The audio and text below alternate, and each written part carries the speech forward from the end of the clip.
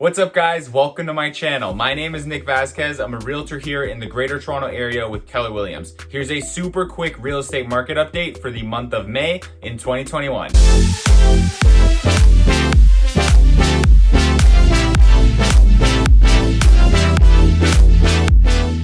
On this channel, we're focusing on bringing you valuable, informative, and entertaining content on what it's like to live, eat, sleep, work, and play in the city of Mississauga. If that's something you're interested in, please like the video, hit that subscribe button, and if you're feeling extra generous, tap that little notification bell. In this video, we'll be going over some of the numbers in the GTA real estate market for the month of May. We'll also look at Mississauga specifically and break down some of those numbers as well. So first up, total residential transactions. There were 11,951 transactions reported in the GTA for the month of May. So that number is up 160% from last year. This isn't such a great number though because we're comparing May 2021 to May 2020. And if you remember May 2020, that was such a great month, wasn't it?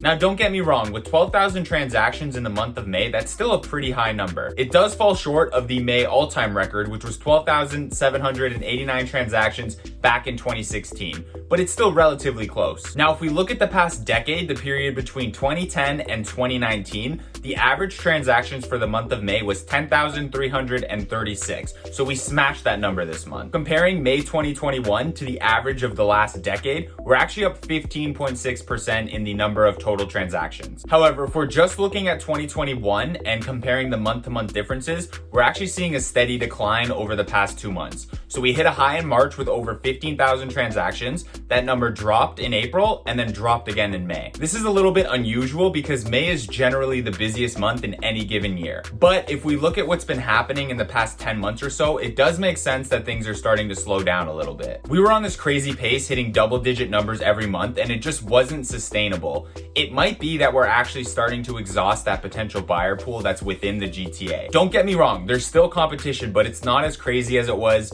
back in January, February, and March of 2021. Also, we gotta factor in, there's been no real immigration to the GTA because of, the C word. So without population growth, it looks like things are starting to balance out and slow down a little bit. Number 2 is new listings. New listings are up 104% compared to last year. Again, not a great number to use because we're looking at May 2020. What a great month May 2020 was.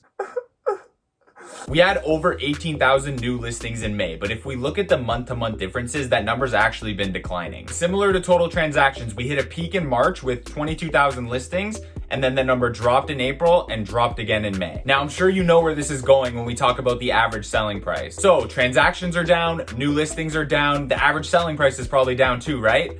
Wrong. Despite transactions being down, we've actually hit a new all-time record for the average selling price in the GTA. That number is sitting at $1.1 million, $8,453. We're not even going to talk about what the change was from May 2020 because honestly, I'm tired of talking about how great that month was. As we look at the seasonally adjusted month-to-month differences between April and May of 2020, you can see that we're actually up 1.1% in the average selling price. And in dollar values, that's over $17,000 in 1 month. This is actually a little bit different in April, where we saw the average selling price decline in relation to March. Market conditions are still very tight, and the lack of supply has been an issue for a while. So all these bidding wars you're hearing about, all the homes that are selling 200K over asking, is because the supply is here and the demand is here. There's a lack of listings on the market, and as I just mentioned, that number is steadily declining over the past couple of months. And then on the buyer side, there's a lot of buyers that are fueled by the low interest rates, and they're all competing for the same houses, which is driving the price up. This has been the case for the last 10 months or so. These market conditions have been more prominent in the low-rise market segments, which is your detached, semi-detached townhomes. But over the past couple of months, we have been starting to see it spill over into the condo market. Condo market's coming back, baby. Despite all of this though, here's an interesting fact for you. Only 49% of the listings on the market in May actually sold.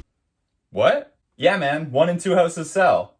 But what about all the competition? What about the bidding wars? Yeah, that's happening, but that's happening on the houses that are properly prepared and priced for the market. They have a good agent working with them, and those are the houses that are getting 50, 100, 200K over asking. The homes that don't sell are usually overpriced, or their agent's just not doing enough to market the home. Which, by the way, we have a free seller's guide that goes over everything you need to know if you want to sell your home for the most amount of money in the least amount of time. If you're interested in getting that, just drop a comment below and I'll send that to you. Moving on, let's go over some of the numbers for Mississauga. So I'm going to keep this real brief because these numbers will look similar to the GTA numbers, but I thought it would be cool if we broke down the different price points for each of the little market segments. In May of 2021, there were 1,071 sales in the city of Mississauga. The average selling price is $1,064,000 and some change.